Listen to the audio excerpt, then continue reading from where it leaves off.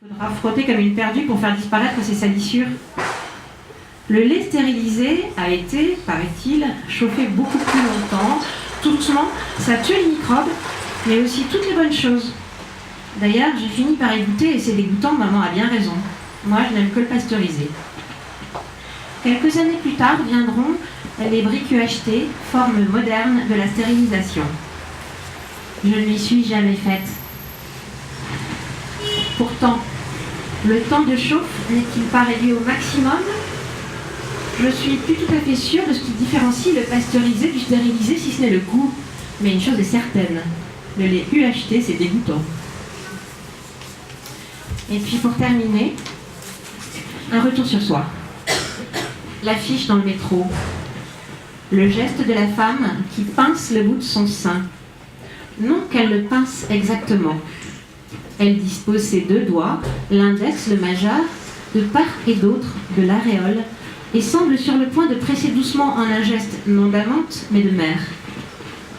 Un geste ancien qui me revient, que je sens dans mon épaule, mon coude, ma paume, mon torse. Une image qui déclenche un flux, la mémoire d'un écoulement, d'un contact, d'un amour.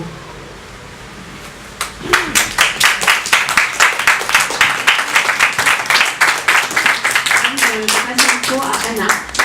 Je vais pas prendre le micro. Okay. On va fermer la porte. Ouais. Ça marche?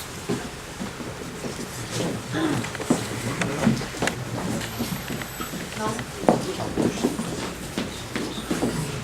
Je dis comme ça sans... Ouais, je t'attends. Oui, je sens les enfants. Les enfants, ils sont en haut. Ah, ça va.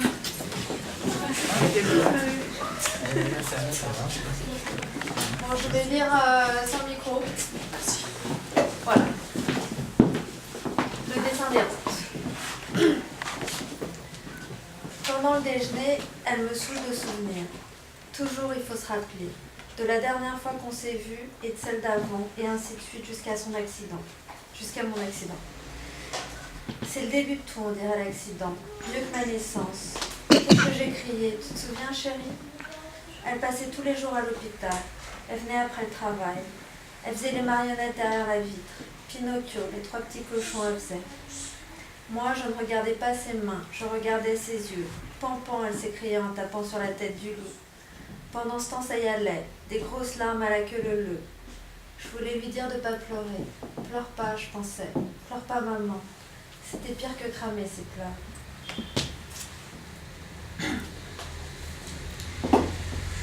Diane s'amène avec le gâteau. On chante joyeux anniversaire en français et puis en anglais. Pendant que le petit souffle les bougies, je regarde les flammes qui s'éteignent et qui se rallument dans ses yeux. C'est des bougies magiques qui n'arrêtent pas de se rallumer.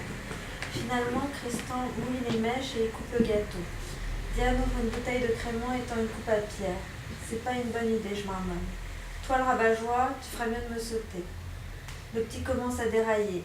Il y a de la mousse qui sort de sa bouche. Ça fait bizarre de voir comme ça, avec sa petite bouille qui rigole, qui sait même pas pourquoi. Il baragouine, puis finit par s'endormir, la tête dans ses bras croisés sur la table. Tout le monde s'en fout. La Joséphine danse dans son coin et Christian est trop occupé à regarder Diane. Je prends Pierre dans mes bras et monte à l'étage. Je cherche sa chambre, je pousse les portes du clos. Finalement, je la trouve au fond du couloir. La lune éclaire la pièce. Je couche le petit, je lui enlève ses chaussures et je descends dormir sur le canapé.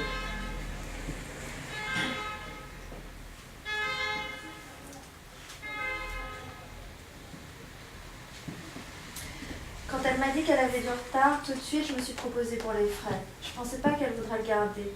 Elle avait même pas fini sa croissance. T'as tout le temps d'en faire, des gosses, j'ai dit pour la dissuader. Mais c'était déjà tout vu. Je sais pas ce qu'elle avait dans la tête. Il n'y avait rien dans le coin, même pas un ciné. Alors peut-être qu'elle disait que ça l'occuperait un petit, ou peut-être qu'elle disait rien. Les femmes, jamais je pigerais.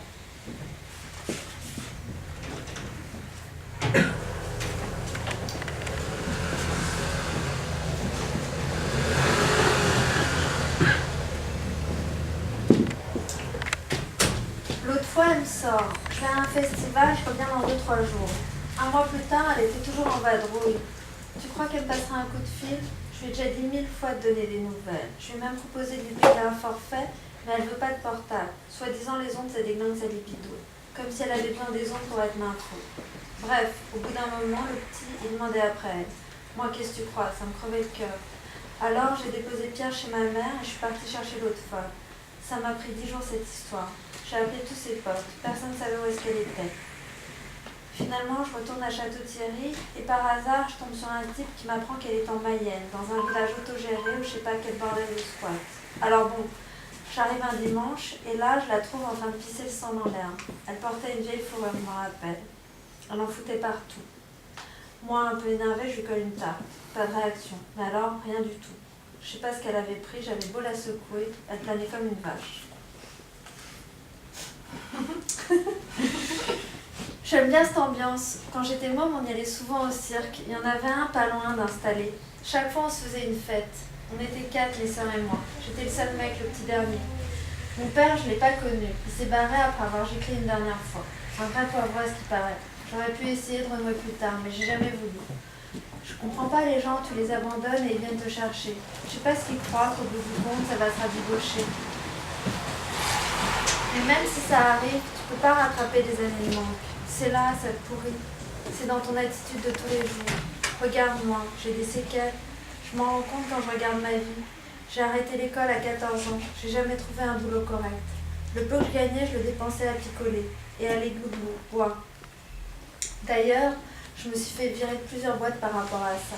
Parce qu'à l'époque, je buvais jusqu'à temps que je touche le fond. J'ai un manque de confiance que je me traîne. Même maintenant, je l'ai encore, même si j'essaie de pas le faire voir au petit. C'est pas facile sans modèle d'élever un gamin. Je rejette la faute à personne, mais des fois, j'ai quand même la haine contre mon vieux. À cause qu'il s'est barré, puis à cause que ma mère, il a gâché sa vie. Heureusement, il l'a frappé pas, mais il lui a quand même brisé le cœur. Et ça m'a pas mal atteint, tu vois les débris de son cœur. Surtout que j'étais seul mec, comme je te disais. J'étais le chef de famille en quelque sorte. Je me sentais responsable, même si j'y pouvais rien. Je la voyais qui chialait. Après, j'avais accumulé tellement de colère, je voulais aller le trouver pour lui faire la peau. Ma mère, pour m'empêcher, elle lui trouvait des tas d'excuses. Elle disait que mon père, c'était un pauvre type. Elle disait qu'il avait souffert dans son enfance. Que la vie, c'était une salope qui répétait tout le temps le pauvre. Tu parles. Il s'y est bien trouvé dans la salope de vie pour foutre sa merde dedans.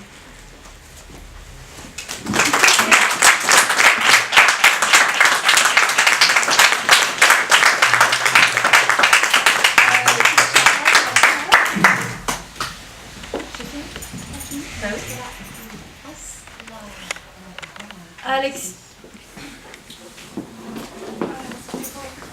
Bonsoir. Alors là, je vais vous lire quelques pages de ce recueil de poésie qui s'appelle Le matin suspendu et qui parle notamment pour. En fait, c'est un peu des histoires racontées sous forme de poèmes, des évocations, et la première partie parle d'un monsieur qui s'appelait François Reichelt et qui a un peu plus d'un siècle de ça maintenant. Il avait bidouillé une espèce de parachute et il s'est dit qu'il allait le tester du haut du premier étage de la Tour Eiffel. Et ça n'a pas marché, malheureusement pour lui, mais ce qui est intéressant, c'est que ça a été filmé cet épisode-là, et que, je sais pas, quand j'ai pris connaissance de cette histoire, ça m'a donné à réfléchir. Et ça a été la base de tout un tas de méditations, on va dire, que je vais vous faire partager. Alors pour vous mettre dans l'ambiance, quelques extraits de l'article concernant cet épisode de l'illustration numéro 3598, du samedi 10 février 1912. Un drame horrible s'est déroulé dimanche dernier en quelques secondes à la Tour Eiffel. Un jeune Autrichien exerçant à Paris la profession de tailleur, François Reichelt, avait imaginé un vêtement parachute. Persuadé qu'en se lançant lui-même dans le vide, il provoquerait un meilleur déclenchement de son parachute, Reichelt manifesta bientôt l'intention de tenter cette expérience périlleuse.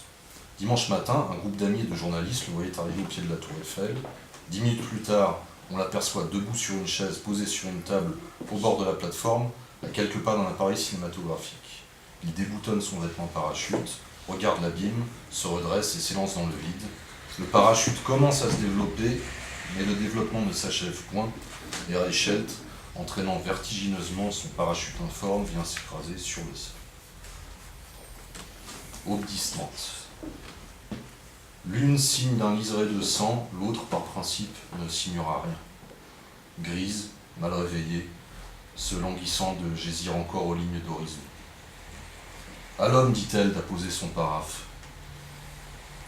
On n'a pas encore fait mieux que le poids mort d'un homme, pas fait mieux qu'un corps sur une ligne d'horizon, qu'un mort pour peser sur la levée du jour, pour qu'auprès de lui l'aube vienne s'étendre.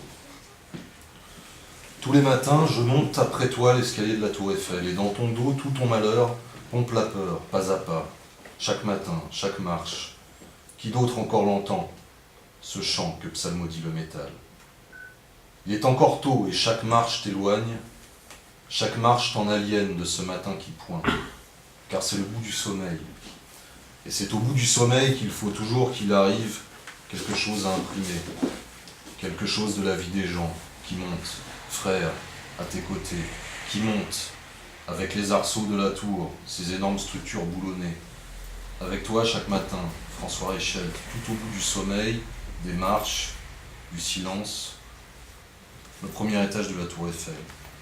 57 mètres de vide. La pellicule de silence s'écaille. Voix amies et d'autres voix pressantes, anecdotiques, de photographes, de journalistes, ni responsables, ni coupables, ni complices, ambassadeurs ou charognards, ils restent à l'écart. Au bout du silence, ces voix.